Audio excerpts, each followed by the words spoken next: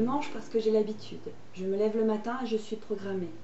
Je ne pourrai pas plus éliminer le petit déjeuner que le pipi du matin, le brossage des dents, la douche.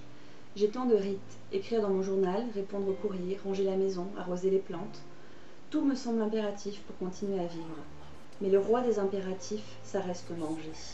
Je mange parce que je m'inquiète, un coup de téléphone d'un proche qui est malade, et je me précipite à la cuisine.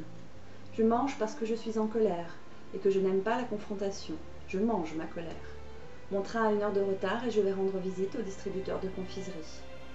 Je mange parce que je suis heureuse à table avec les amis et je m'en donne à cœur et à estomac joie. Le bonheur pour moi est l'abondance et le laisser-aller. Je mange parce que je suis triste. Je mange parce que je n'ai rien d'autre de mieux à faire. Je mange parce que je suis déçue. Je mange parce que je me punis. Je mange parce que j'ai une mauvaise image de moi-même. Je mange parce que j'aime manger. Je mange parce que je suis. Bonjour les gens.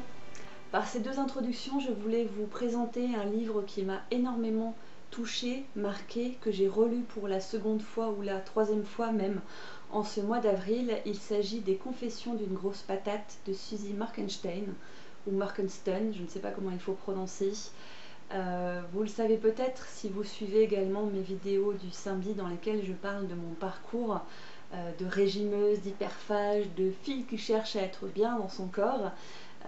Voilà, j'ai passé des phases pas drôles dans ma vie, dans ma relation avec l'alimentation. J'ai lu beaucoup de livres sur le sujet et finalement assez peu de témoignages parce que vous avez beaucoup de témoignages sur l'anorexie, quelques-uns également sur la boulimie, mais assez peu en fait sur l'hyperphagie, ou alors vous avez des livres qui vous conseillent comment vous en sortir, ce qui est très bien aussi. Mais à l'époque où je souffrais de cette maladie, j'avais besoin de partager avec des gens qui vivaient la même chose que moi, et cet ouvrage m'avait fait énormément de bien, tout simplement parce que je m'étais sentie moins seule. Donc cette jeune femme, qui est maintenant une retraitée, donc Suzy Morgenstern, j'ai peur d'écorcher son nom à chaque fois, mais tant pis, est une illustratrice, une écrivain, également une ancienne professeure d'anglais à l'université de Nice, me semble-t-il, d'origine américaine, me semble-t-il également, tout ça c'est de mémoire, et dans ce livre, elle raconte son parcours et surtout sa relation à la nourriture. Et je me suis retrouvée beaucoup dans ces mots, notamment dans sa relation voilà, aux émotions, émotion égale bouffe, dans ce qu'elle traverse avec sa maman, dans ce qu'elle traverse quand elle est confrontée au regard des autres. C'est une mise à nu, c'est très franc, c'est même parfois très drôle, même si c'est de l'humour noir.